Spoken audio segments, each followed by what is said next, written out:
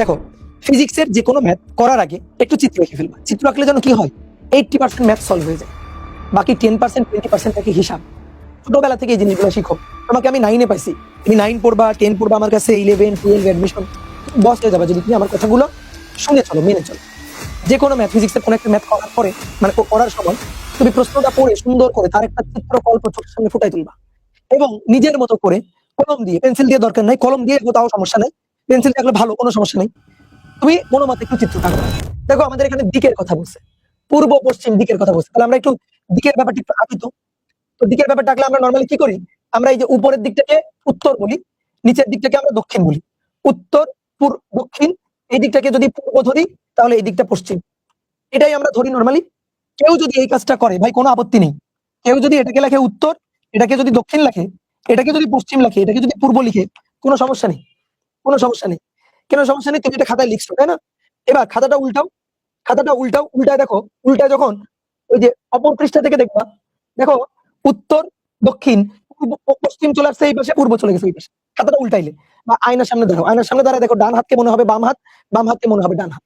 তো কেউ যদি উত্তর দক্ষিণ পূর্ব পশ্চিম, অথবা কেউ যদি উত্তর দক্ষিণ পূর্ব পশ্চিম এভাবে নেয়, কোনো আপত্তি নেই, ঠিক আছে, কোনো সমস্যা নেই। তো একভাবে নিলেই হলো আর কি। তো আমরা এভাবে নিব, উত্তর দক্ষিণ পূর্ব পশ্চিম।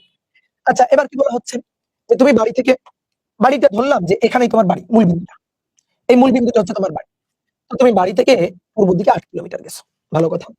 তুমি পূর্ব দিকে 8 কিলোমিটার, এই যে পূর্ব দিক, পূর্ব দিকে তুমি 8 কিলোমিটার গেছো প্রথমে, ওকে। দেন 8 কিলোমিটার যাওয়ার পরে, এটাকে একটু লিখে দিই, এটা হচ্ছে 8 কিলোমিটার। 8 কিলোমিটার যাওয়ার পরে এবার তুমি পশ্চিম দিকে, এটা যদি পূর্ব হয় দেন পশ্চিম। তো তুমি এখন কোথায়, তুমি তো এখানে, এখান থেকে মূল বিন্দু থেকে তুমি রওনা দিছো। তুমি তো এখন এই যে এই বিন্দুটা ধরলাম এ বিন্দু, তুমি এখন এ বিন্দুতে, তুমি ও থেকে এই বিন্দু পর্যন্ত 8 কিলোমিটার দূরত্ব পূর্ব দিকে অতিক্রম করছো। তারপর তুমি এবার পশ্চিম দিকে যাবা। তো তুমি তো এখানে আছো, তোমার এই দিকটা পূর্ব, তাহলে ওই দিকটা পশ্চিম, ওই যে পশ্চিম, পশ্চিম, তাহলে তুমি পশ্চিম দিকে যাবা। পশ্চিম দিকে কতটুকু গেছো, 3 কিলোমিটার। আচ্ছা, এটা যদি 8 হয় তাহলে 3 কিলোমিটার, এই যে এতটুকু হচ্ছে 3 কিলোমিটার ধরলাম চোখের আন্দাজে। তাহলে তুমি এখন এই ধরো বি বিন্দুতে অবস্থান করতেছো, তাহলে 3 কিলোমিটার তুমি গেছো, ঠিক আছে। এবার তারপরে আবার কি বলতেছে, বলতেছে তারপরে আবার তুমি পূর্ব দিকে গেছো, মানে চিন্তা করো, পূর্ব দিকে গেলা, তারপরে পশ্চিম দিকে গেলা, তারপরে আবার চিন্তা করতেছো পূর্ব দিকে আবার 4 কিলোমিটার, আবার পূর্ব দিকে 4 কিলোমিটার। তাহলে একটু তাকাও তো, আমি যেহেতু চিত্র আঁকতেছি ভালো করে খেয়াল করো, দেখো এটা হচ্ছে 8, তারপরে এটা 3, দেন এখান থেকে আবার এদিকে যাওয়া 4, তাহলে 3 তো এটা 3 এর চেয়ে আরেকটু বেশি, তাহলে 3 এর চেয়ে আরেকটু যদি বেশি হয় আর এক বেশি, তাহলে এটা 3 আর এই যে এটা, তাহলে এটা সি বিন্দু। তো এখানে গেছো কয় কিলোমিটার, এটা হচ্ছে 4 কিলোমিটার সি বিন্দুতে। তাহলে তুমি এখন কই অবস্থান করতেছো, সি বিন্দুতে অবস্থান করতেছো। আমার লাগবে তোমার দূরত্ব আর সরণ। দেখো আমার কি লাগবে, তোমার দূরত্ব আর সরণটা হিসাব করে লাগবে। আসো তো, দূরত্ব, মানে দূরত্ব হচ্ছে, দূরত্ব তুমি টোটাল যে পথ অতিক্রম করে গেছো, অ্যাকচুয়াল যে পথ অতিক্রম করে তুমি গেছো, অ্যাকচুয়াল গেছো 8 কিলোমিটার, দেন গেছো 3 কিলোমিটার, দেন আবার 4 কিলোমিটার। তাহলে 8 9 10 11 12 13 14 15, তাহলে টোটাল দূরত্ব হচ্ছে 15 কিলোমিটার। 15 কিলোমিটার হচ্ছে দূরত্ব, ডিস্টেন্স। 15 কিলোমিটার হচ্ছে ডিস্টেন্স। বাট তোমার ডিসপ্লেসমেন্ট কত? ডিসপ্লেসমেন্ট হচ্ছে তুমি কই ছিলা, কই গেছো।